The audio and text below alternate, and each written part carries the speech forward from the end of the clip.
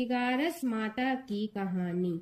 एक बूढ़ी माँ ने एक बार एकादशी का व्रत रखा। बड़ी ही भाव भक्ति से पूजा अर्चना की।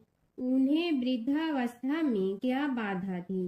वे तो अपने पुत्र पौत्र की सुख सुविधा के लिए व्रत रखने लगी थी। वे दिन भर तो जरा कठोर मन करके अपनी प्यास को रोके रही।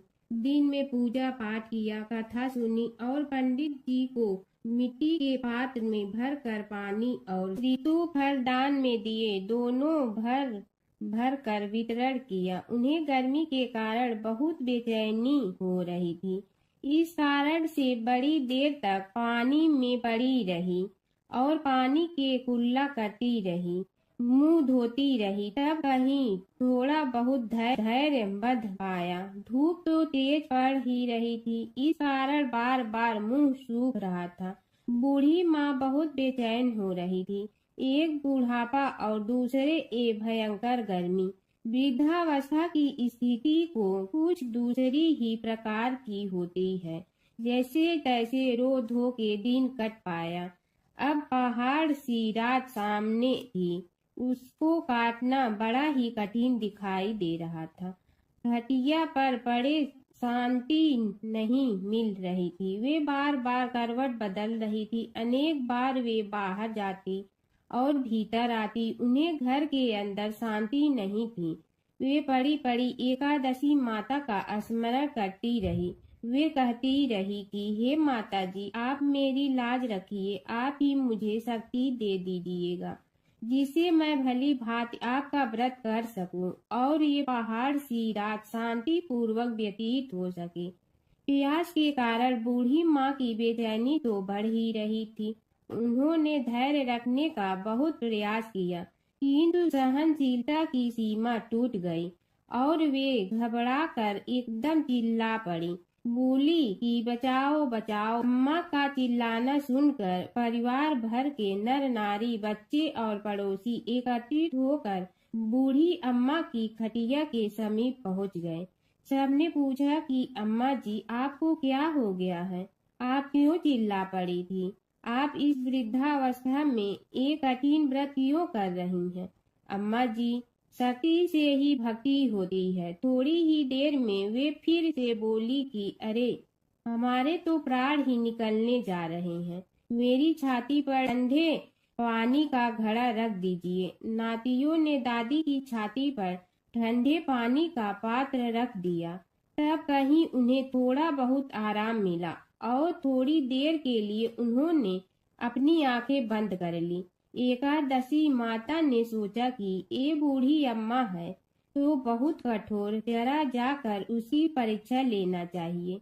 वे आधी रात को मुर्गा बनकर टेर लगाने लगी। मुर्गा की आवाज सुनकर दादी जल्दी से उठी और बाहर जाकर आसमान की ओर देखा, किंतु आसमान में कहीं उन्हें प्रातःकालीन तारा नहीं दिखाई दिया। वे सोचने लगी कि ये मुर्गा क्यों और कैसे बोल गया है। उन्हें प्यास तो बढ़ ही रही थी। थोड़ा बहुत उनका मन भी विचलित होने लगा था, किंतु अंत में उन्होंने दृढ़ निश्चय किया कि मैं अब व्रत को पूर्ण करके ही छोड़ूंगी, चाहे भले ही मेरे प्राण निकल जाए। ये सोचकर फिर वे खटिया पर शिथिल होकर लेट गए। थोड़ी ही देर में एकादशी माता ने उनकी फिर से परीक्षा लेनी चाहिए। एक छोटी सी बालिका एक गिलास में शरबत लेकर उनके सिरहाने खड़ी हो गई और जोर से बोली कि दादी जी, सवेरा हो गया है, आप हाथ मुंह धोकर शरबत पी लीजिए।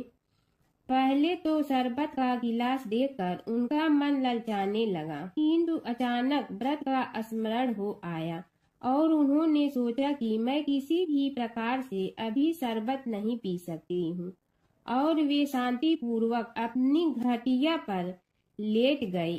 फिर थोड़ी ही देर में उन्हें ऐसा लगा कि जैसे किसी ने उन्हें पानी के कुएं में पटक दिया हो। वे बड़ी देर तक उस कुएं में हाथ पांव चलाती रही, किंतु उन्होंने अपने मुंह में पानी की एक बूंद भी नहीं जाने दी और वे दृढ़ता पूर्वक अपना व्रत पालती रही। थोड़ी ही देर में न जाने कहां से सामने आग जलने लगी, जिससे भारी गर्मी पड़ने लगी। प्यास के कारण प्राण निकलने लगे, किंतु बूढ़ी अम्मा का कुछ भी नहीं बिगड़ पाया। वे जहां की तहां मुस्कुराती हुई बैठी रही। थोड़ी ही देर में बाहर प्रकाश दिखाई देने लगा। ऐसा लगा कि जैसे सवेरा हो गया हो। बूढ़ी अम्मा ने जब बाहर निकल कर देखा तो समझ गई कि अभी सवेरा होने में 3-4 घंटे की देरी है। यह जानकर वे शांति पूर्वक इधर उधर घूमने फिरने लगी। एकादशी माता ये बात अच्छी तरह से समझ गई कि ये बूढ़ी अम्मा किसी भी प्रकार से अपने व्रत से नहीं टल सकती है। वे उनके सत्य व्रत को अच्छी तरह से समझ गई। सवेरा होते ही बूढ़ी माँ ने स्नान किया, भगवान का पूजन पाठ किया, एकादशी माता की कथा सुनी, ब्राह्मणों को दक्षिणा देकर भोजन कराया। तब कहीं उन्होंने जल ग्रहण किया। कन्याओं को भोजन कराने के बाद अम्मा ने भोजन किया। उस श्रेष्ठ व्रत के प्रताप से बूढ़ी अम्मा की आयु में वृद्धि हो गई। उनका घर परिवार हरा भरा हो गया। घर में अब उनके कोई अभाव नहीं रहता। वे हर तरह के सुख साधनों से संपन्न हो गई। नाती नतीनों से उनका घर भर गया और वे उसी दिन से 12 महीने की एकादशी का व्रत करने लगी। एकादशी माता के व्रत के प्रताप से इस संसार में हर प्रकार के सुख भोग कर अंत में वैकुंठ धाम को चली गई। ऐसा है तुरंत फल देने वाला एकादशी माता का व्रत। समय की बात है कि विष्णु भगवान का विवाह लक्ष्मी जी के साथ निश्चित हो गया। विवाह की तैयारी होने लगी। सभी देवताओं को निमंत्रण भेजे गए, परंतु गणेश जी को निमंत्रण नहीं दिया। कारण जो भी रहा हो, अब भगवान विष्णु की बारात जाने का समय आ गया। सभी देवता अपनी पत्नियों के साथ विवाह समारोह में आए। उन सब ने देखा कि गणेश जी कहीं दिखाई नहीं दे रहे हैं।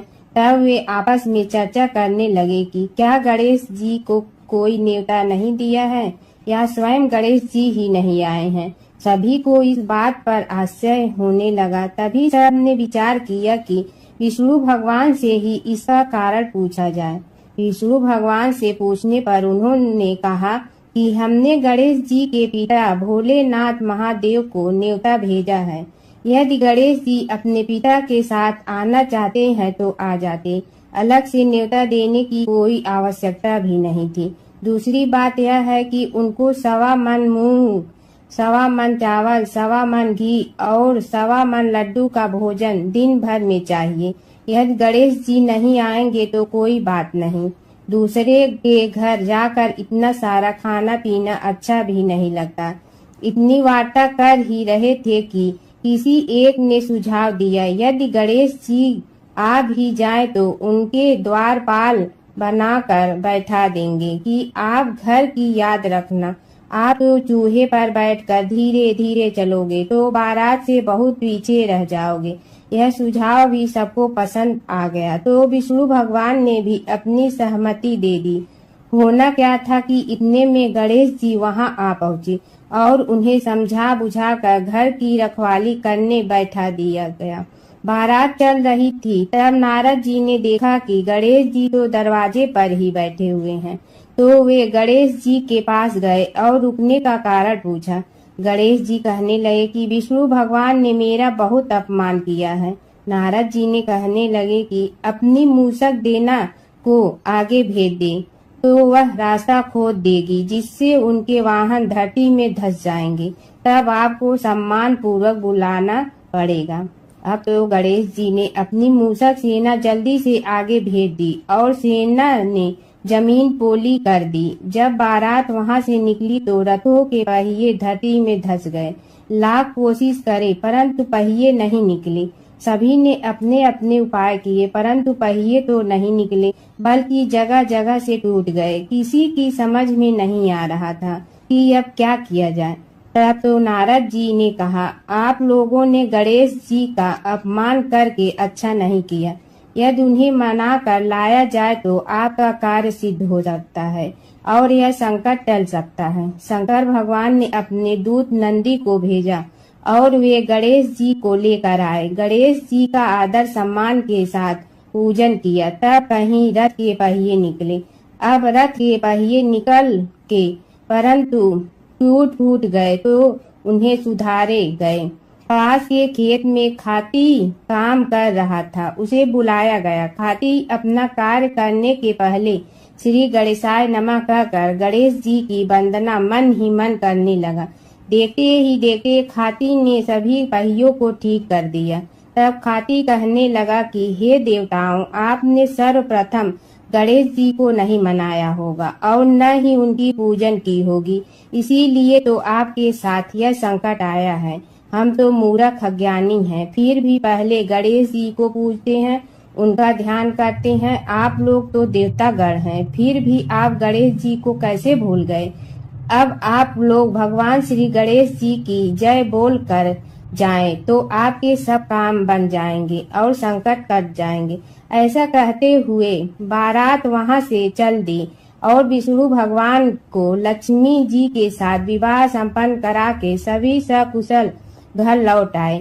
हे गणेश जी महाराज, आपने विष्णु को जैसे कारज सारियो ऐसे कारज सबको सिद्ध कर जो।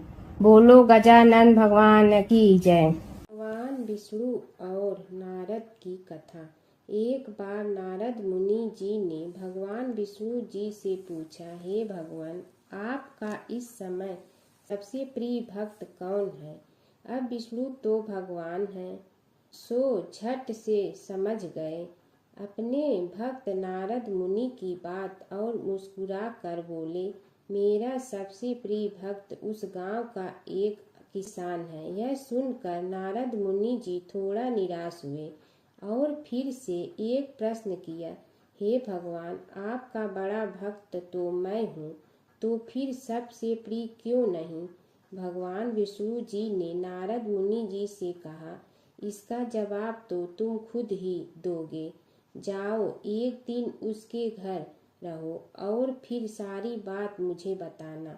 नारद मुनि जी सुबह सवेरे मुंह अंधेरे उस किसान के घर पहुंच गए।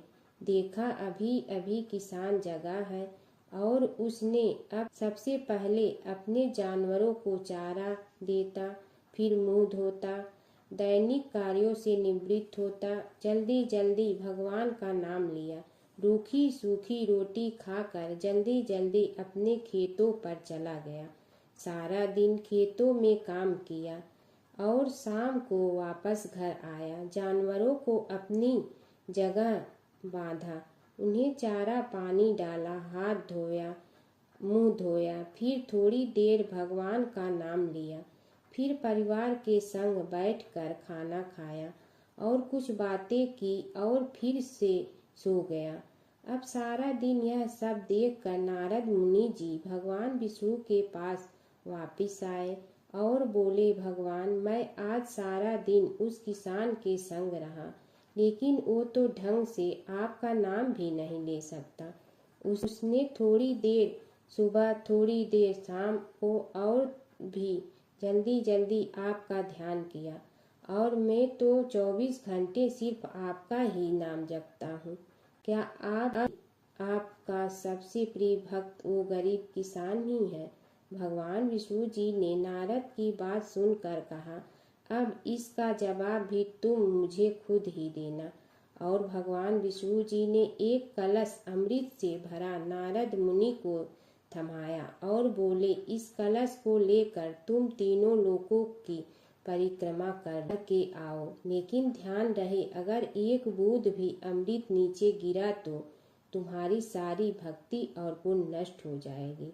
नारद मुनि तीनों लोकों की परिक्रमा करके जब भगवान विष्णु के पास वापस आए तो खुश होकर बोले, भगवान, मैंने एक बूंद भी अमृत नीचे नहीं गिरने दिया।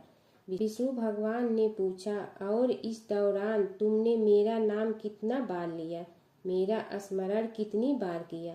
तो नारद बोले, अरे भगवान जी, मेरा तो सारा ध्यान इस अमृत पर था, फिर आपका ध्यान कैसे करता? भगवान विष्णु ने कहा, हे नारद, देखो उस किसान को, वो अपना कर्म करते हुए भी नियमित रूप से मेरा स्मरण करता है, क्योंकि जो अपना कर्म करते हुए भी मेरा जाप करे वही मेरा सबसे प्रिय भक्त है। तुम तो सारे दिन खाली बैठे ही जप करते हो, और जब तुम्हें कर्म दिया तो मेरे लिए तुम्हारे पास समय ही नहीं था। तो नारद मुनि सब समझ गए और भगवान के चरण पकड़ कर बोले, हे भगवान, आपने मेरा अहंकार तोड़ दिया, आप धन्य हैं। कीड़ी नगरा सींचने की कहानी। एक गांव में एक बुढ़िया माई रहती थी। उसके 2 बेटे तथा बहू भी थे। बुढ़िया माई भगवान श्री हरि विष्णु की परम भक्त थी। अपना जीवन दान धर्म पुण्य कार्य कर्मों में लगाती थी, परंतु बुढ़िया माई कभी भी मंदिर और सत्संग में व तीर्थ स्थानों पर नहीं जाती थी। एक बार गांव में भागवत कथा हो रही थी। बेटे ने कहा, माँ, आप सारा दिन घर में रहती हैं, आप मंदिर में भागवत कथा सुनने क्यों नहीं जाती? बुढ़िया माई ने बेटे का मन रखने के लिए कह दिया कि आज जाऊंगी, परंतु नहीं गई। ऐसा करते करते 6 दिन निकल गए। बुढ़िया माई के बेटे ने कहा, माँ, आज अंतिम दिन है, आज तो कथा सुनने आपको जाना ही पड़ेगा। सारा दिन घर का काम करके बुढ़िया माई ने जाते जाते इतनी देर कर दी कि अंतिम दिन की भागवत कथा भी समाप्त हो गई। भगवान श्री हरि विष्णु सन्यासी का रूप धारण करके बुढ़िया माई के पास आए और बोले, बुढ़िया माई, तुम कहाँ जा रही हो? बुढ़िया माई ने कहा, मैं भागवत कथा सुनने जा रही हूँ। तब सन्यासी रूपधारी भगवान श्री हरि विष्णु ने कहा, अब इतनी देर से क्यों जा रही हो? वहाँ तो अब कथा समाप्त हो गई है, अब वहाँ जाकर क्या करोगी? बुढ़िया माई ने कहा, अब घर से निकली हूँ तो जाकर ही रहूंगी। सब सन्यासी रूपधारी भगवान श्री हरि विष्णु ने कहा कि अब कथा समाप्त हो गई, भक्त लोग भी अपने अपने घर चले गए, अब तुम वहाँ से क्या लाओगी? तो बुढ़िया माई बोली, कुछ नहीं तो मैं वहाँ से एक ईंट ही उठा लाऊंगी।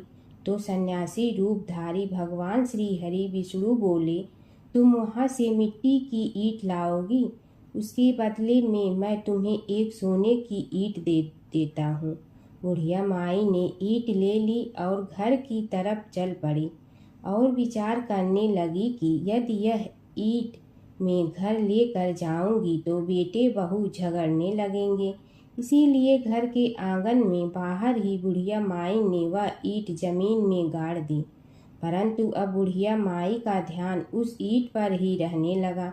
खाने पीने घर के काम करने में सदैव बुढ़िया माई अपना ध्यान सोने की ईंट पर ही लगाई रखती। बेटे बहू ने पूछा, माँ, पूरे दिन घर के आंगन में क्या करती रहती हो? तो बुढ़िया माई ने कहा, मैं आने जाने वाले को देखती रहती हूँ। एक दिन बुढ़िया माई मर गई। यमराज के दूत बुढ़िया माई को लेने आए। बुढ़िया माई को लेकर धर्मराज जी के पास पहुँचे और धर्मराज जी को सारी बात बतलाई। धर्मराज जी ने बुढ़िया माई को कुतिया की योनि दे दी और कुतिया उसी पेड़ के नीचे बैठी रहती। बुढ़िया माई की बहू ने कहा, इस कुतिया को यहाँ से भगाओ, नहीं तो यह बच्चों को काट जाएगी। तो उसके बेटे ने उसकी पीठ पर एक लकड़ी मारी और बुढ़िया माई मर गई और को सर्प की योनि मिली। आंगन में सर्प को देखकर बेटे बहू ने किसी को काट नहीं जाए इसी डर से मार दिया। फिर बुढ़िया माई मरकर धर्मराज जी के पास पहुंची। बुढ़िया माई कीड़ी का रूप धारण करके उस आंगन में कीड़ी नगरा बना लिया। आंगन में कीड़ी नगरा हो गया। घर वाले बहुत परेशान हुए। घर वाले भोजन भी नहीं बना रहे थे और मन ही मन होने का स्मरण करने लगे। तब भगवान श्री हरि विष्णु सन्यासी का रूप धारण करके आए और बोले कि कुछ खाने को दे दो। तो घर वाले ने कहा, महाराज, हमारे खाने को भी कुछ नहीं बनाया, क्योंकि हमारे घर में कीड़ी नगरा हो गया है, आप ही इसका कुछ उपाय बतलाइए। तब महाराज जी ने आंगन में खोदा और सोने की 28 निकाली और दोनों बेटों को दे दी और कहा, तुम्हारी माँ के नाम से दान पुण्य करना, धर्मशाला बनवाना, स्कूल बनवाना, प्याऊ लगवाना, गौशाला में गाय के चारे खाने की व्यवस्था करना।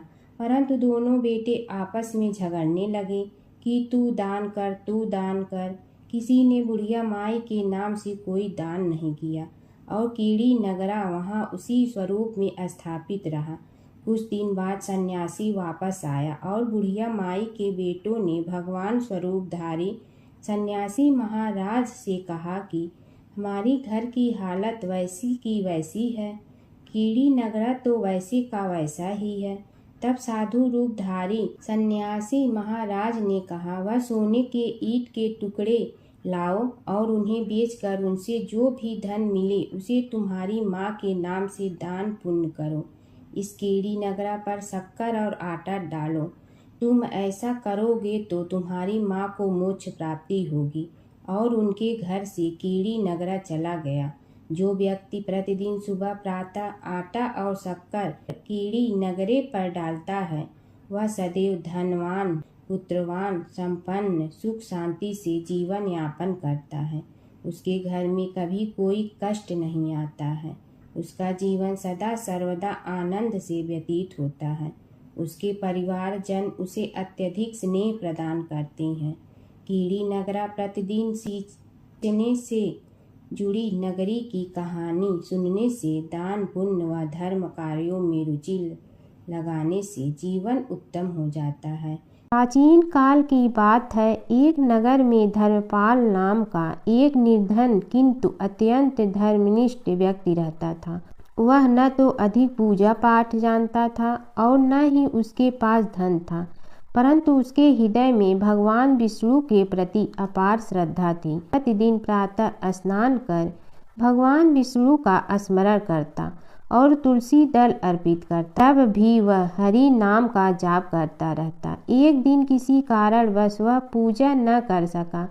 मन में ग्लानि हुई और रात को उसने भगवान विष्णु से क्षमा याचना की।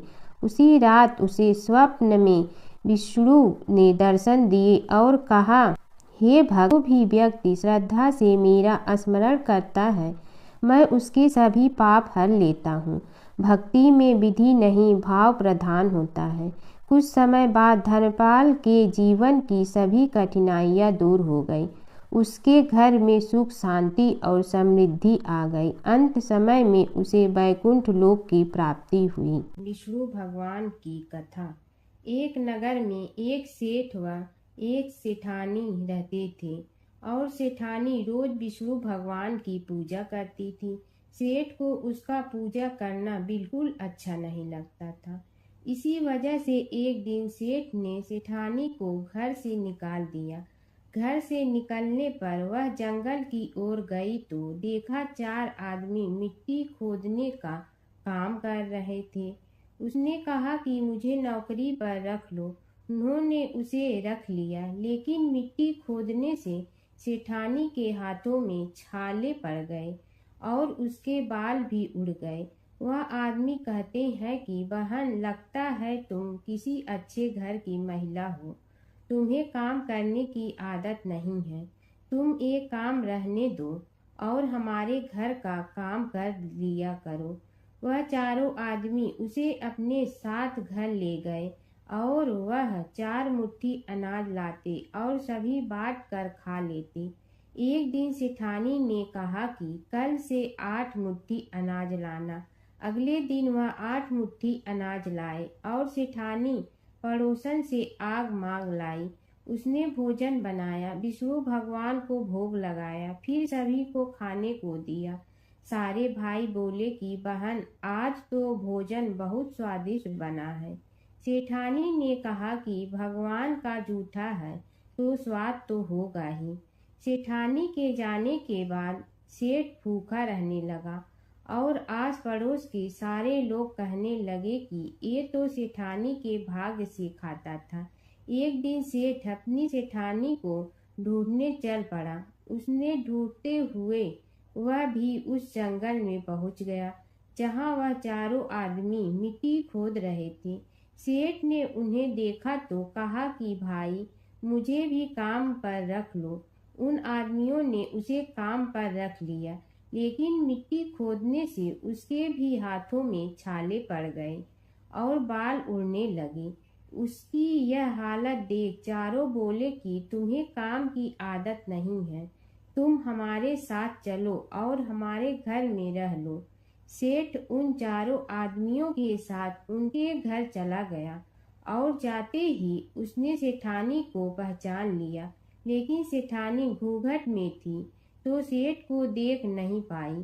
सेठानी ने सभी के लिए भोजन तैयार किया और हर रोज की भांति विष्णु भगवान को भोग लगाया। उसने उन चारों भाइयों को भोजन परोस दिया, लेकिन जैसे ही वह सेठ को भोजन देने लगी तो विष्णु भगवान ने उसका हाथ पकड़ लिया। भाई बोले कि बहन, ये तुम क्या कर रही हो? वह बोली, मैं कुछ नहीं कर रही हूँ, मेरा हाथ तो विष्णु भगवान ने पकड़ लिया है। भाई बोले, हमें भी विष्णु भगवान के दर्शन कराओ। उसने भगवान से प्रार्थना की तो विष्णु जी प्रकट हो गए। सभी ने दर्शन किए। सेठ ने सेठानी से क्षमा मांगी और सेठानी को साथ चलने को कहा। भाइयों ने अपनी बहन को बहुत सा धन देकर विदा किया। जब सेठानी के साथ सेठ भी भगवान विष्णु की पूजा करने लगा और उनके परिणाम से उनका घर अन्न धन से भर गया। जमुना की कहानी।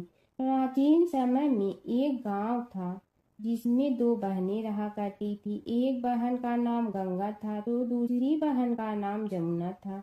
एक बार दोनों बहनें एक साहूकार के खेत से गुजर रही थी तो जमुना ने 13 दाने जौ के तोड़ लिए, जिसे देख गंगा बोली कि तुझे तो ग्रहण लग गया, तूने चोरी की है। इस पर जमुना बोली कि अब मेरा ग्रहण कैसे धुलेगा। गंगा ने कहा कि तुझे 12 साल तक साहूकार के यहाँ नौकरी करनी पड़ेगी, तभी तेरा पाप धुलेगा और ग्रहण से मुक्ति मिलेगी।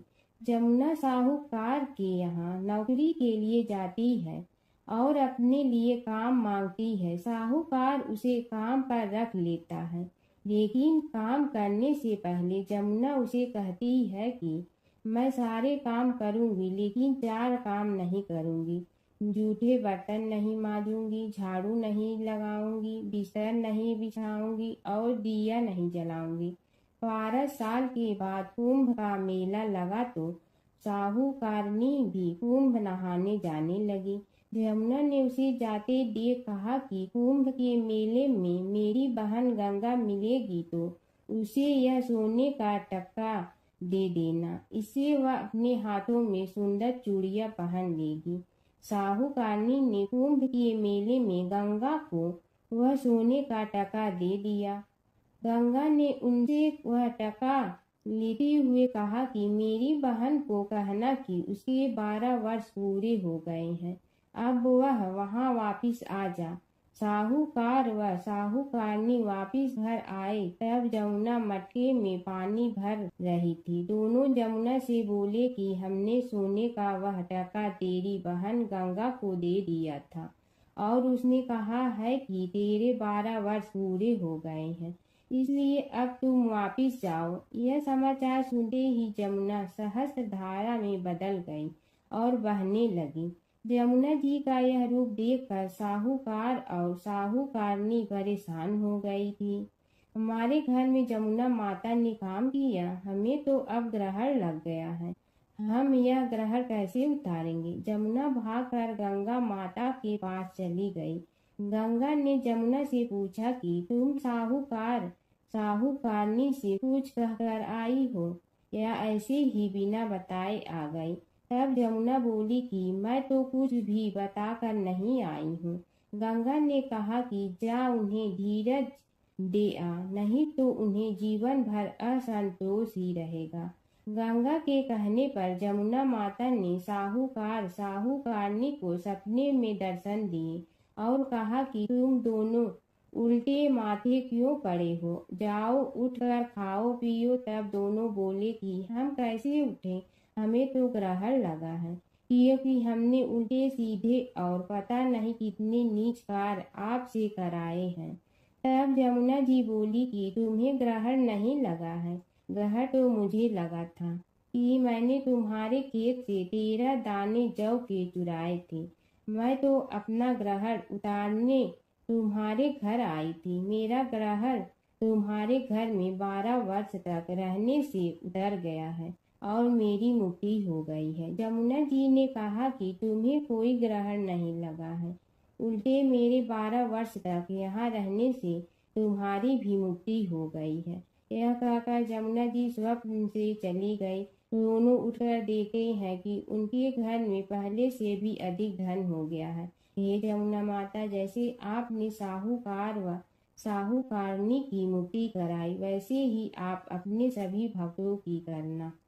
नगर बसेरे की कहानी। किसी गांव में एक भाट व एक जाट रहता था। दोनों में घनिष्ठ मित्रता थी। एक बार जाट अपनी बहन के घर जाने को तैयार हुआ तो भाट अपनी ससुराल जाने को तैयार हुआ।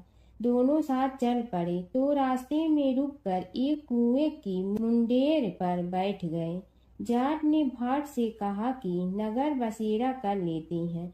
इस पर भाट बोला कि तू ही नगर बसेरा कर ले, मैं तो अपनी ससुराल जा रहा हूँ, वहाँ खूब खातिर होगी मेरी, तू कर ले नगर बसेरा। जाट वहीं कुएं के पास बैठ पानी की घंटी और चावल का दाना लेकर नगर बसेरा करने लगा। नगर बसेरा करने के साथ जाट कहने लगा कि नगर बसेरा जो करे सो मल धोवे पाँव, ताता माड़ा तापसी देगी मेरी माँ, माँ देगी मावशी तेगी द्वारका का वास, मीठा मीठा घास वृंदावन का वास, 5 कुल्थी छठी रास, मेरी जीगड़ो श्री कृष्ण के पास, डालू पानी हो जाए घी, झट से निकल जाए मेरा जी। यह सब कर कर कि वह जाट बहन के पास चल पड़ा। जाट की बहन ने भाई के आने पर उसकी खातिर की। खी बूरा के साथ भाई को जिमाया। दोनों ने बैठकर ढेर सारी बातें की। इधर भाट अपने ससुराल पहुंचा तो वहां आग लगी हुई थी। आग बुझाने वह भी लग गया, जिसमें हाथ मुंह भी काले हो गए और खुद भी थोड़ा सुलझ गया। ना रोटी ना पानी के लिए ही किसी ने पूछा। एक पड़ोसन आई तो उसने भाट की सास को कहा कि जमाई आया है, जरा उस आओ भगत कर लो। बुढ़िया बोली कि सब कुछ तो जल गया है, अब कहाँ से आओ भगत करूं। तब पड़ोसन ने ही भाट को एक रोटी के साथ छाछ दी। उसने वही खाकर गुजारा किया। शाम को दोनों फिर घर की ओर चल पड़े और रास्ते में मिल गए और एक दूसरे का हाल पूछा। भाट बोला कि मेरी ससुराल में तो आग लगी हुई थी, आग बुझाते मैं खुद काला हो गया हूँ, ना रोटी मिली ना पानी। जाट बोला कि मेरी तो बहुत खातिर हुई। फिर बोला कि मैंने कहा था ना कि नगर बसेरा कर ले, अब कर ले, लेकिन भाट ने फिर मना कर दिया। कहने लगा कि चाहे रोटी दे या न दे, तेरी तो माँ है, दही चूरमा का पेड़ा धरा पाएगा। भाट ने फिर नगर बसेरा नहीं किया। जाट ने कर लिया। नगर बसेरा जो करे सो मल धोए पाँव, ताता माड़ा तापसी देगी मेरी माँ, माँ देगी मावशी देगी द्वारका का वास, मीठा मीठा घास वृंदावन का वास, 5 कुल्थी छठी रास, मेरा जी बड़ो श्री कृष्ण के पास, डालू पानी हो जाए घी, झट से निकल जाए मेरा जी। करके वह चल पड़ा। घर पहुँचते ही जाट की मावशी ने बहुत लाड प्यार किया। उधर भाट घर गया तो उसकी भैंस खो गई थी। बाप एक लाठी रखे तो दूसरी उठाए और कहने लगा कि ससुराल गया तो आग लगा दी, अब यहाँ आया तो भैंस खो दी। बाप ने कहा कि पहले भैंस लेकर आ, तभी रोटी पानी मिलेगा। सारा दिन भाट भैंस ढूंढता रहा, लेकिन उसे भैंस नहीं मिली। जाट और भाट की मुलाकात फिर से बाजार में हो गई। जाट ने भाट के हाल चाल पूछे तो भाट बोला कि आते ही भैंस खो गई, बस उसी दिन से भैंस ढूंढ रहा हूँ। रोटियां का तो पूछो ही मत। जाट ने कहा कि मैंने तो पहले ही कहा था कि नगर बसेरा कर ले। जाट की बात सुनकर भाट बोला कि तेरे नगर बसेरे में इतनी ताकत है तो चल अब कर लेते हैं। दोनों ने बैठकर नगर बसेरा किया। नगर बसेरा जो करे सो मल धोवे पाँव, ताता मारा तापसी देगी मेरी माँ। माँ देगी मौसी देगी द्वारका का वास, मीठा मीठा घास वृंदावन का वास। पाँच कुल की छठी रास मेरा जीवड़ो श्री कृष्ण के पास। डालू पानी हो जाए घी, झट से निकल जाए मेरा जी। दोनों के नगर बसेरा करने पर भाट जैसे ही आगे बढ़ा तो उसकी खोई भैंस मिल गई, जिसे लेकर घर पहुंचा। घर पहुंचते ही माँ ने कहा कि लड़के को आते ही घर से निकाल दिया, सारे दिन से ये भूखा प्यासा भटक रहा है। यह कहकर उसकी माँ ने उसको खूब खिलाया पिलाया। इस घटना के बाद सारे नगर में ढिंढोरा पिटवा गया कि कब कोई अपने पीहर या सास से आते जाते नगर बसेरा करें। जैसे भाट को नगर बसेरा करने का फल मिला, वैसे ही हर किसी को मिलती है। माता सीता की कथा। यह कहानी सीता माता कहती थी और श्री राम इसे सुना करते थे। एक दिन श्री राम भगवान को किसी काम के लिए बाहर जाना पड़ा, तो सीता माता कहने लगी कि भगवान, मेरा तो 12 वर्ष का नित्य नियम है। अब आप बाहर जाएंगे तो मैं अपनी कहानी किसे सुनाऊंगी।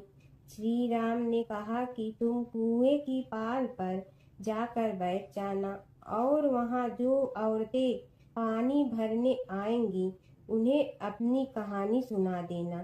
सीता माता कुएं की पाल पर जाकर बैठ जाती हैं। एक स्त्री आई, उसने रेशम की जड़ी की साड़ी पहन रखी थी और सोने का घड़ा ले रखा था। सीता माता उसे देख कहती हैं कि बहन, मेरा 12 वर्ष का नित्य नेम सुन लो। पर वह स्त्री बोली कि मैं तुम्हारा नित्य नेम सुनूंगी तो मुझे घर जाने में देरी हो जाएगी और मेरी सास मुझसे लड़ेंगी। उसने कहानी नहीं सुनी और चली गई। उसकी रेशम जड़ी की साड़ी फट गई, सोने का घड़ा मिट्टी के घड़े में बदल गया। सास ने देखा तो पूछा कि ये किसका दोष अपने सिर लेकर आ गई है। बहू ने कहा कि कुएं पर एक औरत बैठी थी, उसने कहानी सुनने के लिए कहा, लेकिन मैंने सुनी नहीं, जिसका यह फल मिला है। बहू की बात सुनकर अगले दिन वही साड़ी और घड़ा लेकर सास कुएं की पाल पर गई। सास को वहीं माता सीता बैठी मिली, तो माता सीता ने कहा कि बहन, मेरी कहानी सुन लीजिए। सास बोली कि एक बार छोड़, मैं तो 4 बार कहानी सुन लूंगी। राम आए लक्ष्मण आए, देश के पुजारी आए, नित नेम का नेम लाए, आओ राम बैठो राम। तपी रसोई जियो राम, माखन मिश्री खाओ राम। दूध बतासा पियो राम, सूत के पलका मोठो राम। साल दुसाला पोठो राम, साल दुसाला ओढ़ो राम। जब बोलो जब राम ही राम, राम संवारे सबके काम। खाली घर भंडार भरेंगे, सबका बेड़ा पार करेंगे। श्री राम जय जय राम। सास बोली कि बहन, कहानी तो बहुत अच्छी लगी। कहानी सुनकर सास घर चली गई और उसकी साड़ी फिर से रेशम जड़ी की बन गई। मिट्टी का घड़ा फिर सोने के घड़े में बदल गया। बहू कहने लगी, सासू माँ, आपने ये सब कैसे किया। सास ने कहा कि बहू, तू दोष लगा के आई थी और मैं अब दोष उतार कर आ रही हूँ। बहू ने फिर पूछा कि वह कुएं वाली स्त्री कौन है। सास बोली कि वे सीता माता थी। वे पुराने से नया कर देती हैं, खाली घर में भंडार भर देती हैं। वह लक्ष्मी जी का वास घर में कर देती हैं। आदमी की जो भी इच्छा हो उसे पूरा कर देती हैं। बहू बोली कि ऐसी कहानी मुझे भी सुना दो। सास बोली कि ठीक है, तुम भी सुनो और सास ने कहानी शुरू की। राम आए लक्ष्मण आए, देश के पुजारी आए, नित नेम का नेम लाए, आओ राम बैठो राम, तपी रसोई जियो राम, माखन मिश्री खाओ राम, दूध बतासा पियो राम, सूत के पलका मोठो राम, साल दुसाला पोठो राम, साल दुसाला ओढ़ो राम, जब बोलो जब राम ही राम, राम संवारे सबके काम, खाली घर भंडार भरेंगे, सबका बेड़ा पार करें, श्री राम जय जय राम। कहानी सुनकर बहू बोली कि कहानी तो बहुत अच्छी है। सास ने कहा कि ठीक है, इस कहानी को रोज कहा करेंगे। अब सास बहू रोज सवेरे उठती, नहाती धोती और पूजा करने के बाद नितनेम की सीता की कहानी कहती। एक दिन उनके यहाँ एक पड़ोस की औरत आई और बोली कि बहन जरा सी आँच दे ना, तो वह बोली कि आज तो अभी हमने जलाई ही नहीं। पड़ोसन ने कहा कि तुम सुबह 4 बजे से उठकर क्या कर रही हो? फिर उन्होंने कहा कि सुबह उठकर हम पूजा करते हैं, फिर सीता माता की नितनेम की कहानी कहते हैं। पड़ोसन ने उसकी बात सुनकर फिर कहा कि सीता माता की कहानी कहने से तुम्हें क्या मिलता है? वे बोली कि इनकी कहानी कहने से घर में भंडार भर जाते हैं, सारे काम सिद्ध होते हैं, मन की इच्छा भी पूरी हो जाती है। पड़ोसन कहती है कि बहन ऐसी कहानी तो मुझे भी सुना दो। फिर वह बोली कि ठीक है, तुम भी यह कहानी सुन लो। राम आए लक्ष्मण आए, देश के पुजारी आए, नित नेम का नेम लाए, आओ राम बैठो राम। सारी कहानी सुनने के बाद पड़ोसन कहने लगी, बहन कहानी तो मुझे बहुत अच्छी लगी। अब वह पड़ोसन भी नित नेम सीता माता की कहानी कहने लगी। कहानी कहने से सीता माता ने पड़ोसन के भी भंडार भर दिए। अब तो पूरे मोहल्ले में नित नेम की कथा चल पड़ी, हर किसी की मनोकामना पूरी होने लगी। हे सीता माता, जैसे आपने उनके भंडार भरे, वैसे ही आप हमारे भी भंडार भरना, सबकी भरना, कहानी सुनने वाले के भी और कहानी कहने वाले के भी। प्राचीन काल की बात है। नैमिषारण्य क्षेत्र में ऋषि, महर्षि और साधु संतों का समाज जुड़ा था। उसमें श्री सूत जी भी विद्यमान थे। शौनक जी ने उनकी सेवा में उपस्थित होकर निवेदन किया कि हे अज्ञान रूप घोर तिमिर को नष्ट करने में करोड़ों सूर्यों के समान प्रकाशमान श्री सूत जी हमारे कानों के लिए अमृत के समान जीवन प्रदान करने वाले कथा तत्व का वर्णन कीजिए। हे सूत जी, हमारे हृदयों में ज्ञान के प्रकाश की वृद्धि तथा भक्ति, वैराग्य और विवेक की उत्पत्ति जिस कथा से हो सकती हो, वह हमारे प्रति कहने की कृपा कीजिए। शौनक जी की जिज्ञासा से सूत जी बड़े प्रसन्न हुए। पूरा तन इतिहासों के स्मरण से उनका शरीर पुलकायमान हो रहा था। वे कुछ देर उसी स्थिति में विराजमान रहकर कुछ विचार करते रहे और अंत में बोले, शौनक जी, इस विषय में आपके चित्त में बड़ी जिज्ञासा है। आप धन्य हैं जो सदैव ज्ञान की प्राप्ति में तत्पर रहते हुए विभिन्न पुराण कथाओं की जिज्ञासा रखते हैं। आज मैं आपको ज्ञान के परम स्रोत रूप श्री गणेश जी का जन्म कर्म रूप चरित्र सुनाऊंगा। गणेश जी से ही सभी ज्ञानों, सभी विद्याओं का उद्भव हुआ है। अब आप सावधान चित्त से विराजमान हो। श्री गणेश जी के ध्यान और नमस्कार पूर्वक उनका चरित्र श्रवण करें। नमस्तस्मै गणेशाय ब्रह्मा विद्या प्रदायिनी यनागस्त्यसमः साक्षात विघ्न सागर सोषणे।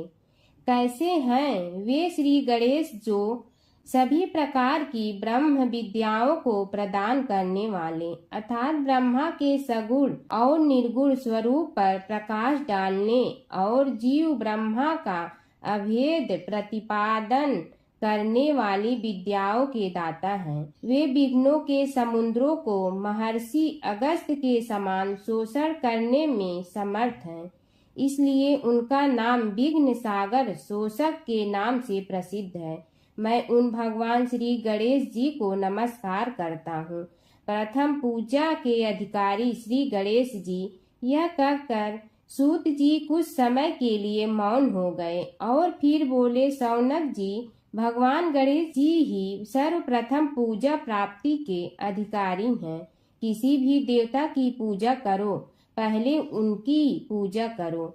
शौनक जी ने निवेदन किया, हे भगवान, हे सूत, सर्वप्रथम यह बताने की कृपा कीजिए कि गणेश जी को प्रथम पूजा का अधिकार किस प्रकार प्राप्त हुआ।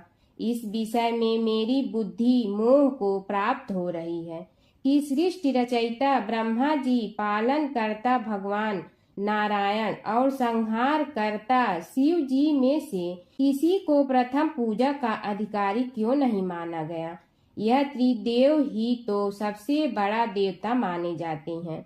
सूत जी ने कहा, शौनक जी, यह भी एक रहस्य ही है। देखो, अधिकार मांगने से नहीं मिलता, इसके लिए योग्यता होनी चाहिए। संसार में अनेकों देवी देवताएं पूजे जाते हैं। पहले जो जिसका इष्ट देव होता है वह उसी की पूजा किया करता है। इससे बड़े देवताओं के महत्व में कमी आने की आशंका उत्पन्न हो गई। इस कारण देवताओं में परस्पर विवाद होने लगा। वे उसका निर्णय प्राप्त करने के लिए शिव जी के पास पहुँचे और प्रणाम करके पूछने लगे, प्रभु, हम सब में प्रथम पूजा का अधिकारी कौन है। शिव जी सोचने लगे कि किसे प्रथम पूजा का अधिकारी माने। तभी उन्हें एक युक्ति सूझी। बोले, देवगण, इसका निपटारा बातों से नहीं तथ्यों से होगा। इसके लिए एक प्रतियोगिता रखनी होगी, शिव की परिक्रमा करने की प्रतियोगिता। देवगण उनका मुख देखने लगे, शंकित हृदय से सोचने लगे कि कैसी प्रतियोगिता रहेगी। यह शिव जी ने उनके मन के भाव ताड़ लिए, इसलिए सांत्वना भरे शब्दों में बोले, घबराओ मत, कोई कठिन परीक्षा नहीं ली जाएगी। बस इतना ही कि सभी अपने अपने वाहनों पर चढ़कर संसार की परिक्रमा करो और फिर यहाँ लौट आओ। जो पहले लौटेगा वही सर्वप्रथम पूजा का अधिकारी होगा। अब क्या देर थी, सभी अपने अपने वाहन पर चढ़कर दौड़ पड़े।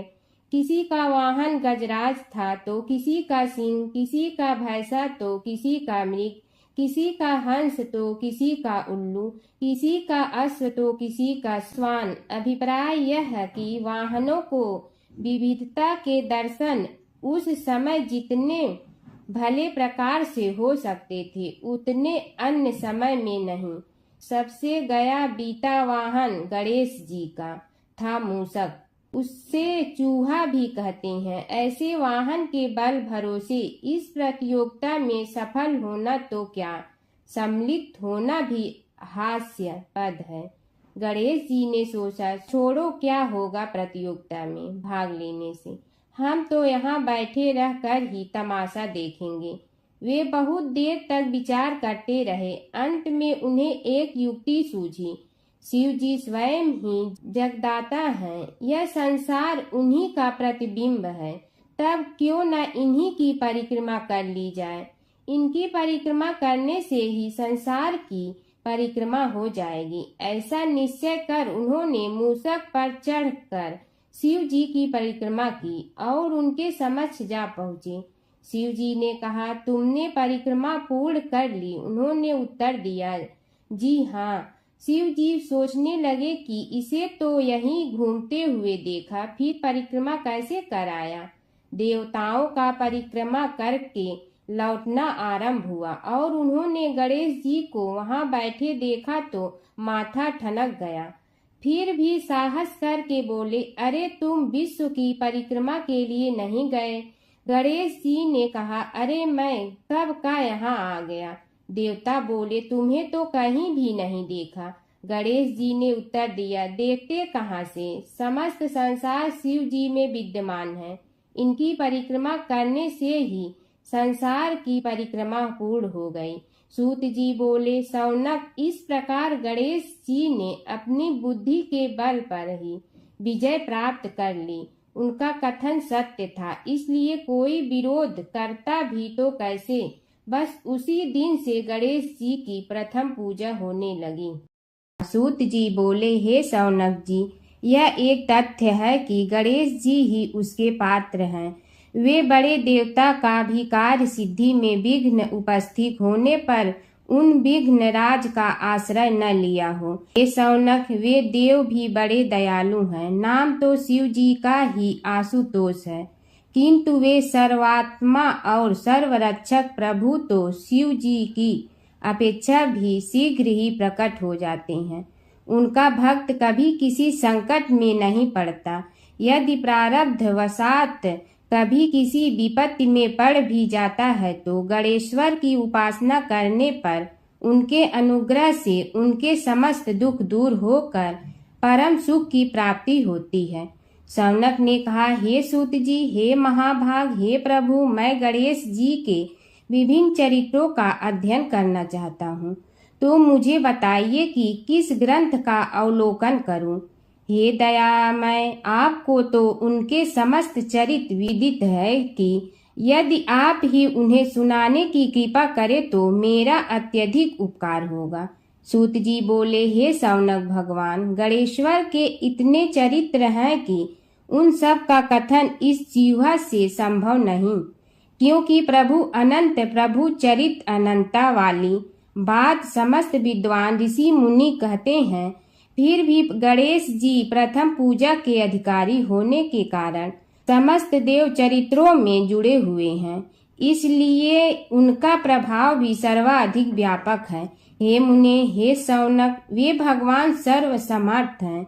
वे सभी का तिरस्कार करने में समर्थ हैं, किंतु उनका तिरस्कार कोई भी नहीं कर सकता। यह त्रिलोक्य उन्हीं भगवान के संकेत पर नित्य करता है। इसकी समस्त क्रियाएं उन्हीं की इच्छा पर आश्रित हैं। हे शौनक भगवान गणेश्वर स्वयं कहते हैं, शिवे विष्णु च शक्तौ च सूर्ये मयि निराधिप यो भेद बुद्धि योगः स सम्य योगुः मतो मम। हे नरेश्वर, हे वरेण्य, शिव, विष्णु, शक्ति, सूर्य और मुझ गणेश में जो अभेद बुद्धि योग है, मेरे मत में वही सम्यक योग है। इससे यह भी सिद्ध है कि समस्त देवता उन्हीं के स्वरूप हैं। वे ही भगवान विभिन्न कार्य रूपों के अनुसार अपना भिन्न भिन्न नाम रखते हैं। हे मुनि श्रेष्ठ, उन सब देवताओं के चरित्र भी उन्हीं गणराज के चरित्र हैं। यद्यपि सब चरित्र एक ही ग्रंथ में मिलने में संभव नहीं है, फिर भी गणेश्वर के अनेकों प्रमुख चरित्रों का वर्णन गणेश पुराण में हुआ है। राजा सोमकांत का वृत्तांत कथन।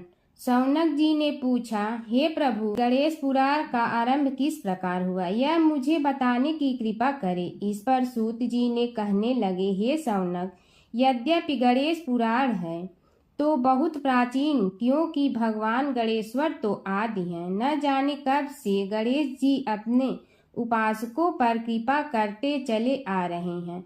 उनके अनंत चरित्र हैं, जिनका संग्रह एक महापुराण का रूप ले सकता है। उसे एक बार भगवान नारायण ने नारद जी को और भगवान ने शंकर और जगन जननी पार्वती जी को सुनाया था। बाद में वही पुराण संक्षेप रूप में ब्रह्मा जी ने महर्षि वेद व्यास को सुनाया और फिर व्यास जी ने महर्षि भृगु को सुनाया। भृगु ने कृपा करके सौराष्ट्र के एक राजा सोमकांत को सुनाया था। तब से वह पुराण अनेक कथाओं में विस्तृत होता रहा और अनेक कथाओं से रहित होता हुआ अनेक रूप में प्रचलित है। शौनक जी ने पूछा, भगवान, आप यह बताने का कष्ट करें कि राजा सोमकांत कौन था। उसने महर्षि से गणेश पुराण का श्रवण कहाँ किया था, उस पुराण के श्रवण से उसे क्या क्या उपलब्धियां हुई। हे नाथ, मुझे श्री गणेश्वर की कथा के प्रति उत्कंठा बढ़ती ही जा रही है। सूत जी बोले, हे शौनक, सौराष्ट्र के देवनगर नाम की एक प्रसिद्ध राजधानी थी। वहाँ का राजा सोमकांत था। वह अपनी प्रजा का पुत्र के समान पालन करता था। वह वेद ज्ञान संपन्न, शस्त्र विद्या में पारंगत एवं प्रबल प्रतापी राजा, समस्त राजाओं में मान्य तथा अत्यंत वैभवशाली था। उसका ऐश्वर्य कुबेर के भी ऐश्वर्य को लज्जित करता था। उसने अपने पराक्रम से अनेकों देश जीत लिए थे। उसकी पत्नी अत्यंत रूपवती, गुणवती, धर्माज्ञा एवं पतिव्रत धर्म का पालन करने वाली थी। वह सदैव अपने प्राणनाथ की सेवा में लगी रहती थी। उसका नाम सुधर्मा था। जैसे वह पतिव्रता थी, वैसे ही राजा भी एक पत्नी व्रता का पालन करने लगा। उसके हेमकांत नामक एक सुंदर पुत्र था। वह भी सभी विद्याओं का ज्ञाता और अस्त्र शस्त्रादि के अभ्यास में निपुण हो गया था। यह सभी श्रेष्ठ लक्षणों से संपन्न, सद्गुणी एवं प्रजा जनों के हितों का अत्यंत पोषक था। इस प्रकार राजा सोमकांत स्त्री पुत्र, पशुवाहन, राज्य एवं प्रतिष्ठा आदि से सब प्रकार सुखी था। उससे दुख तो था ही नहीं। सभी राजागण उसका हार्दिक सम्मान करते थे तथा उसकी श्रेष्ठ कीर्ति भी संसार व्यापी थी। परंतु युवा अवस्था के अंत में सोमकांत को घृणित कोष्ठ रोग हो गया। उसके अनेक उपचार किए गए किंतु कोई लाभ नहीं हुआ। रोग शीघ्रता से बढ़ने लगा और उसके कीड़े पड़ गए। जब रोग की अधिक वृद्धि होने लगी और उसका कोई उपाय न हो सका तो राजा ने मंत्रियों को बुलाकर कहा, सुव्रतो, जाने किस कारण यह रोग मुझे पीड़ित कर रहा है। अवश्य ही यह किसी पूर्व जन्म के पाप का फल होगा। इसलिए मैं अब अपना समस्त राजपाट छोड़कर वन में रहूंगा। मेरे पुत्र हेमकांत को मेरे समान मानकर राज्य शासन का धर्म पूर्वक संचालन कराते रहें। यह कहकर राजा ने शुभ दिन दिखवाकर अपने पुत्र हेमकांत को राज्य पद पर अभिषेक किया और अपनी पत्नी सुधर्मा के साथ निर्जन वन की ओर चल दिया। प्रजापालक राजा के वियोग में समस्त प्रजा जन अश्रु बहाते हुए उनके साथ चले गए। राज्य की सीमा पर पहुंचकर राजा ने अपने पुत्र अमात्यगण और प्रजा जनों को समझाया, आप सब लोग धर्म के जानने वाले, श्रेष्ठ आचरण में तत्पर एवं सहृदय हैं। यह संसार तो वैसे भी परिवर्तनशील है। जो आज है वह कल नहीं था और आने वाले कल में भी नहीं रहेगा। इसलिए मेरे जाने से दुख का कोई कारण नहीं है। मेरे स्थान पर मेरा पुत्र सभी कार्यों को करेगा। इसलिए आप सब उसके अनुशासन में रहते हुए उसे सदैव सम्मान करते रहें। फिर पुत्र से कहा, बेटा, यह स्थिति सभी के समझ आती रही है। हमारे पूर्व पुरुष भी परंपरागत रूप से वृद्धावस्था आने पर वन में जाते रहे हैं। मैं कुछ समय पहले ही वन में जा रहा हूँ, तो कुछ पहले या पीछे जाने में कोई अंतर नहीं पड़ता। यदि कुछ वर्ष बाद जाऊं तब भी मोह का त्याग करना ही होगा। इसलिए हे वत्स, तुम दुखित मत हो और मेरी आज्ञा मानकर राज्य शासन को ठीक प्रकार चलाओ। ध्यान रखना, क्षत्रिय धर्म का कभी त्याग न करना और प्रजा को सदा सुखी रखना।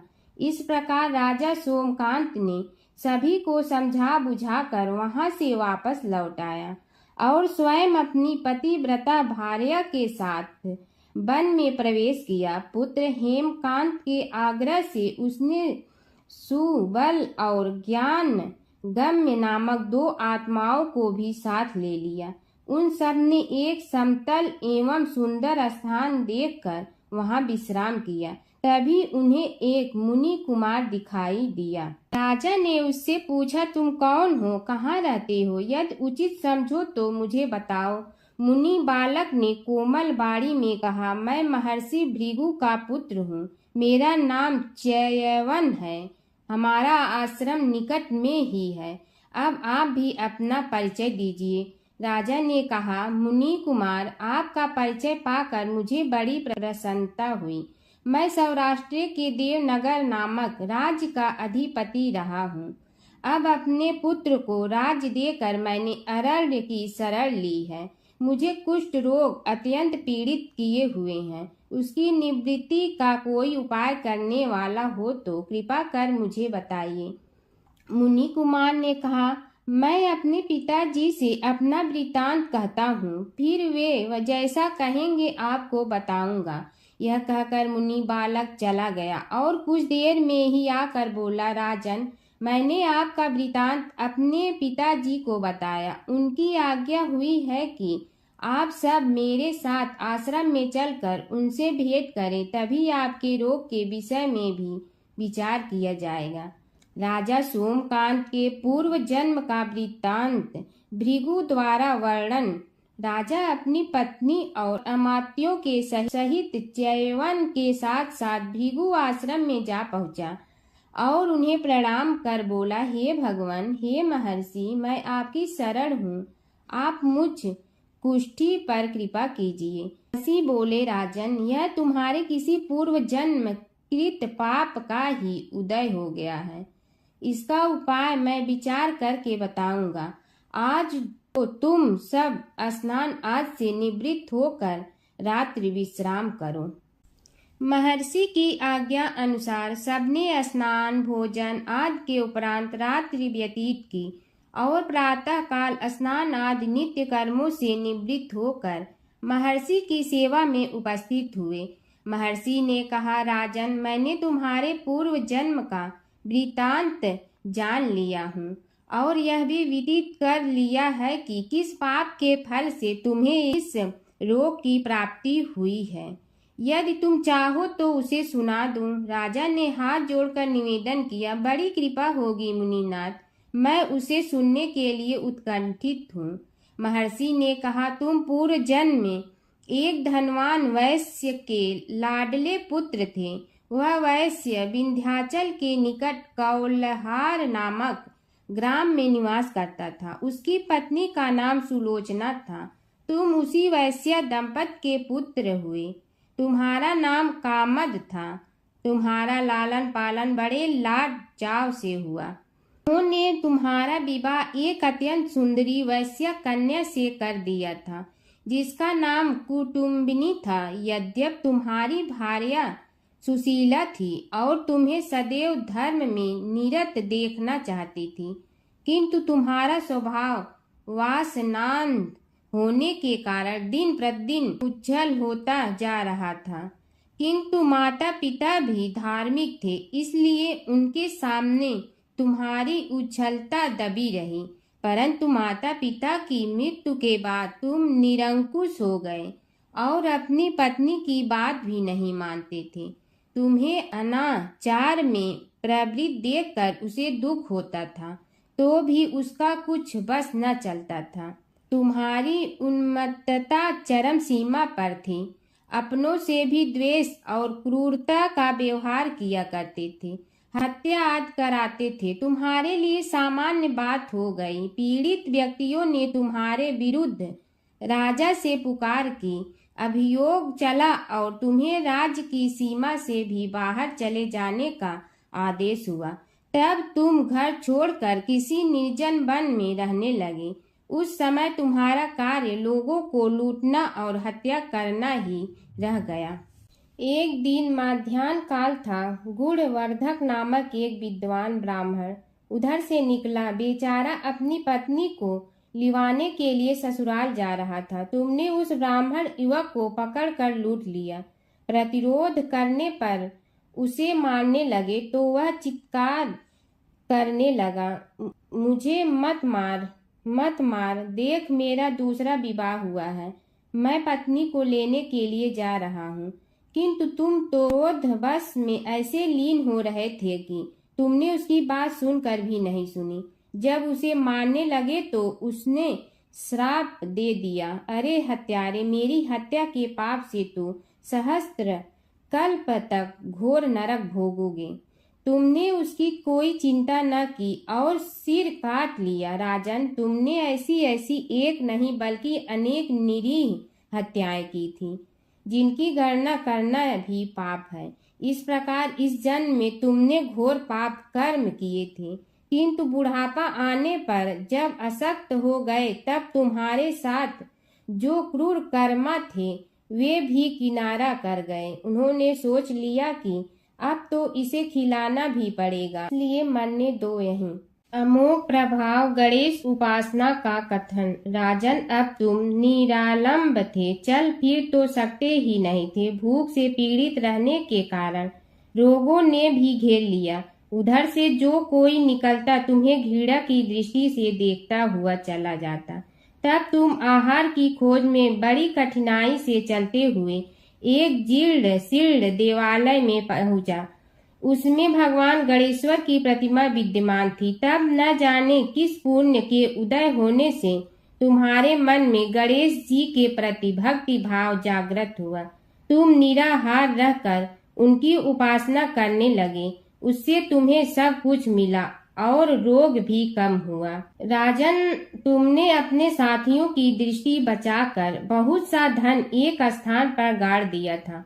अब तुमने उस धन को उसे देवालय के जीर्णोद्धार में लगाने का निश्चय किया। शिल्पी बुलाकर उस मंदिर को सुंदर और भव्य बनवा दिया। इस कारण कुख्याति सुख्याति में बदलने लगी।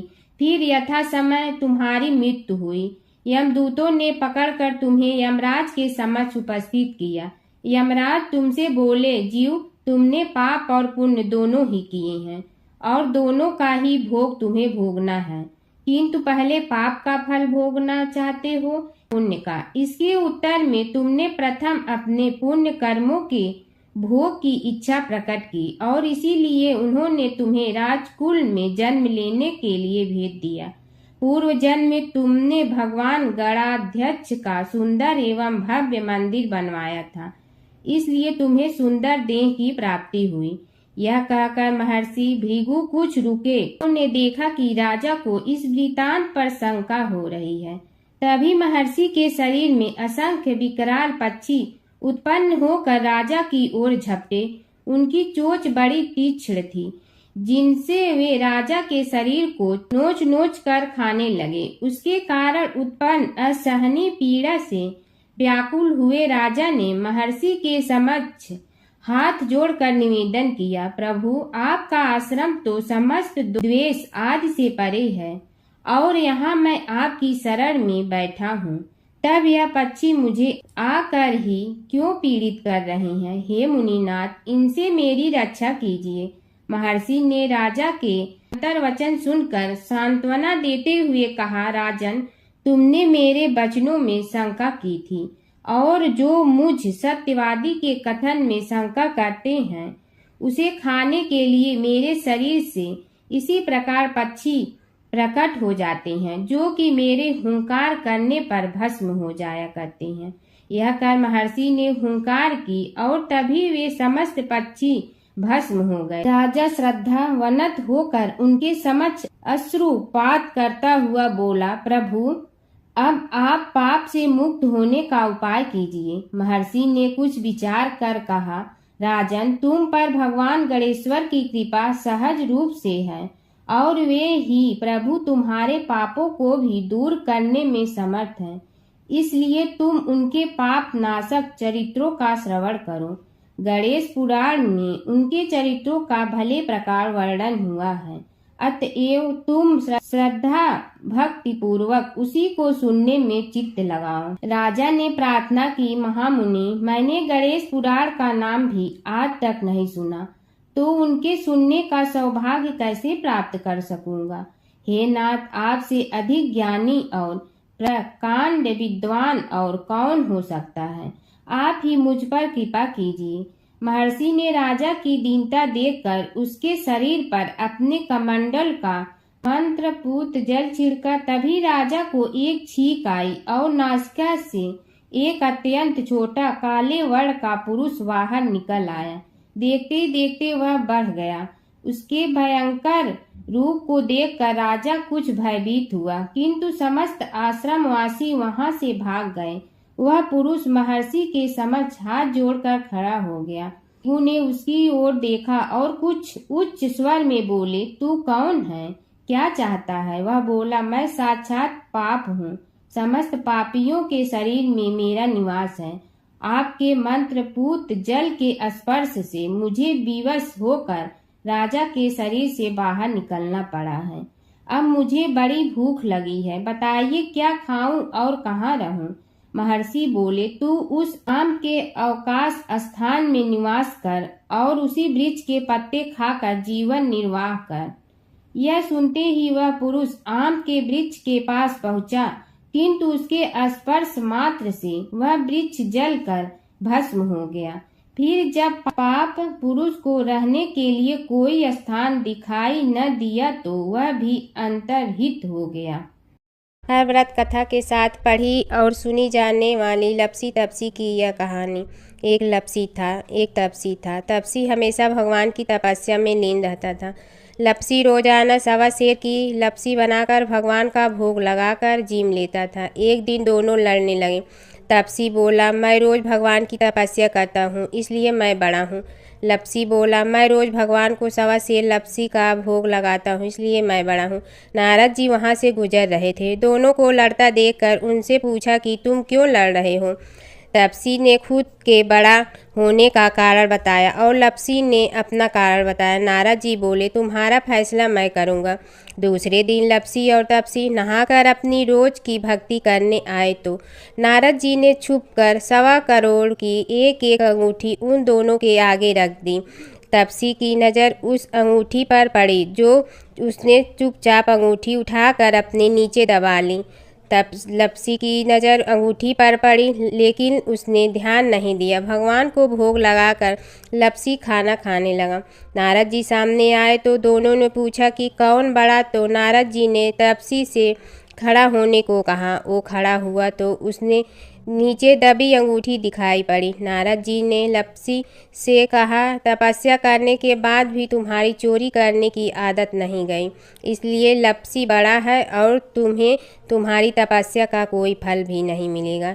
तपसी शर्मिंदा होकर माफ़ी मांगने लगा। उसने नारद जी से पूछा, मुझे मेरी तपस्या का फल कैसे मिलेगा? नारद जी ने कहा, यदि कोई गाय और कुत्ते की रोटी नहीं बनाएगा तो फल तुम्हें मिलेगा। यदि कोई ब्राह्मण को भोजन करवा कर दक्षिणा नहीं देगा तो फल तुम्हें मिलेगा। यदि कोई साड़ी के साथ ब्लाउज नहीं देगा तो फल तुझे मिलेगा। यदि कोई दिए से दिया जलाएगा तो फल तुम्हें मिलेगा। यदि कोई सारी कहानी सुने लेकिन तुम्हारी कहानी नहीं सुने तो फल तुझे मिलेगा। उसी दिन से हर व्रत कथा कहानी के साथ लपसी तपसी की कहानी भी सुनी और कही जाती है। ओम जय जगदीश हरे स्वामी, जय जगदीश हरे। भक्त जनों के संकट क्षण में दूर करे। ओम जय जगदीश हरे। जो ध्यावे फल पावे, दुख बिन दे मन का। सुख संपत्ति घर आवे, कष्ट मिटे तन का। ओम जय जगदीश हरे।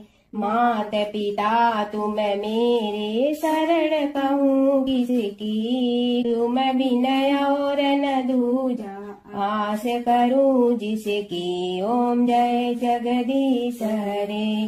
तुम पूर्ण परमात्मा, तुम अंतर्यामी। पार ब्रह्म परमेश्वर, तुम सबके स्वामी। ओम जय जगदीश हरे। तुम बिंदा के सागर, तुम पालन करता। मैं मूरख कल काम, कृपा करो भरता। ओम जय जगदीश हरे। तुम हो एक अगोचर, सबके प्राणपति। किस विधि मिलूं दया में, तुमको मैं कुमति। ओम जय जगदीश हरे। दीन बंधु दुख हरता, तुम रक्षक मेरे। अपने हाथ उठाओ, द्वार पड़ा तेरे। ओम जय जगदीश हरे। विषय विकार मिटा, पाप हरो देवा। श्रद्धा भक्ति बढ़ाओ, संतन की सेवा। ओम जय जगदीश हरे। तन मन धन सब तेरा, स्वामी सब कुछ है तेरा।